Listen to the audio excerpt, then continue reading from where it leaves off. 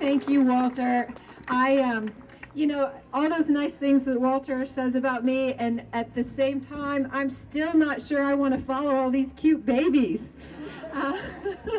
That's what we're all here for, and that is what's so exciting today. Behind the scenes, we had an adorable baby in front of one of the television cameras, kicking her legs, just celebrating life, because that's what we're all here for today. And I am just so just thrilled to look out and see all your faces. You know, I was telling one of the reporters I was talking to backstage, California, let's be honest, not known for standing for life, but you guys here today are changing that. You are making a difference. You're saying, here in California, we stand for life. Yeah.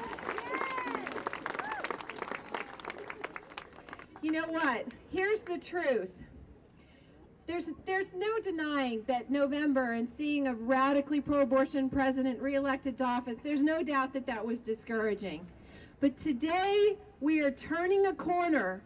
We are turning a corner because this pro-life movement is actually winning. We are actually gaining real momentum across this country. And you want to know why? We are gaining momentum because of you. You got up this morning and you said, I'm going to go stand for life. I'm going to walk for life. I'm going to make a difference. I'm going to tell the world that California is standing for life. We're winning because of you. And you know what? What's really, really exciting is that this is not the only march that's going on. Here in California, you've got rallies going on in Santa Rosa, San Francisco, Oakland, Sacramento. This is a movement that spans this whole country that's making a difference. And not just this week, but over the next week as we're looking at the 40th anniversary of Roe. We've got marches going on in Alabama and Arizona and Iowa and Ohio and Nevada, Louisiana, New Mexico, and then next weekend we have the National March for Life that's coming to D.C., which is where I'm from. And here I've got something to tell you, straight from D.C. You know what everybody's talking about underneath the scenes as they're getting ready for the March for Life? There's this other event that's going on in Washington this weekend. There's this other event. And what the word on the street is that ahead of time they're looking at the hotel reservations and the porta potties being set up. And the word on the street is that the March for Life is going to be a whole lot bigger than the inauguration this weekend.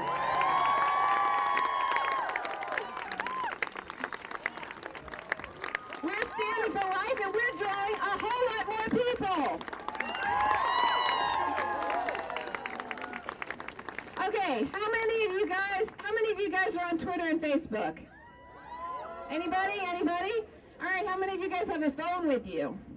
All right, get your phones out. Get your phones out. If you're coming out today, we're taking a stand for life, and we're going to tell the world that you're here. So let's get them out. Let's get these phones out. Because, you know, when reporters ask me, how come the pro-life movement is still around? It's been 40 years. What's going on? And I tell them there's two issues of technology that are making all the difference in the world. The first is the sonogram. I love these signs. Hold that sign up. Hold that sign up. That is so cool. That is so cool. Look at Sammy and Zoe and Brant before they were born. Everybody, we can see. Look at all these signs. Whoever came up with that, good job, guys. That is the coolest thing.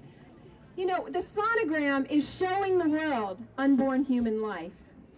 But technology is also connecting the pro-life movement. We're able to talk to each other and talk to the world in ways that we never were able to do before. And I want you to tell the world that you're here today, and I'm going to tell everybody on my Twitter account that I was with you. So get your phones up and let's all take a picture. Woo! We got it. All right, put those pictures out there and say that you were marching for life. Is there a hashtag for this particular march? It's # Walk for Life San Diego. So # WFLSD. WFLSD. Put those pictures out there and put that hashtag WFLSD and hashtag pro-life. So that is awesome. All right, we're winning. And you know how else we know we're winning? The other side is saying so. The other side is saying so. I love the fact that they won the White House and then 2 weeks later, Time magazine puts on the cover that the pro-life movement is winning. Here's what they said, if you didn't see it. The headline said, 40 years ago, abortion activists won an epic victory with Roe v. Wade. All right, we won't disagree with that. But I'm not going to disagree with the next line either, because the next line was, they've been losing ever since. They've been losing ever since.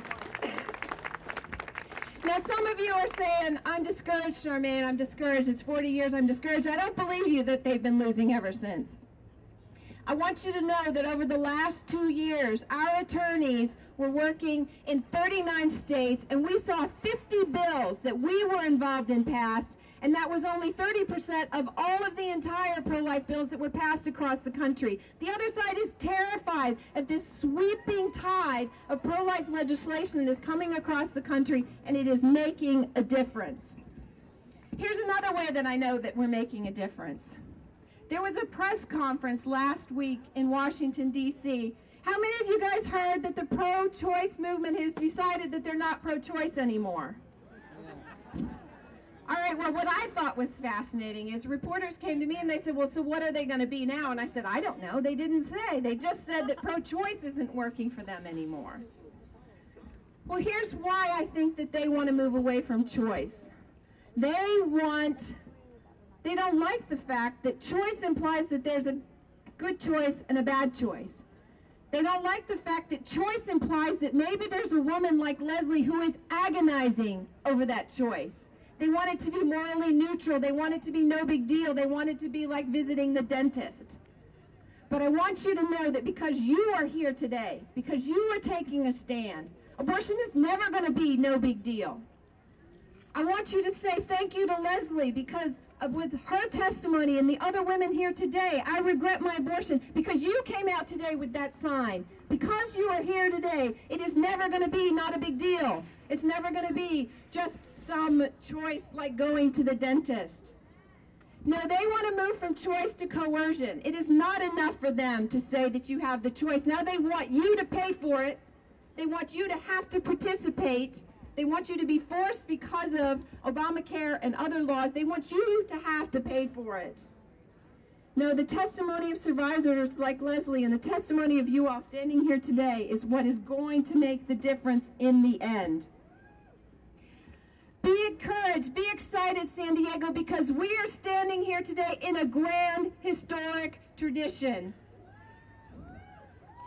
We are fighting for human rights, for human beings, and we are going to win as long as it takes. 40 years, 50 years, 60 years, however long it takes. We are celebrating life together. Thank you, San Diego.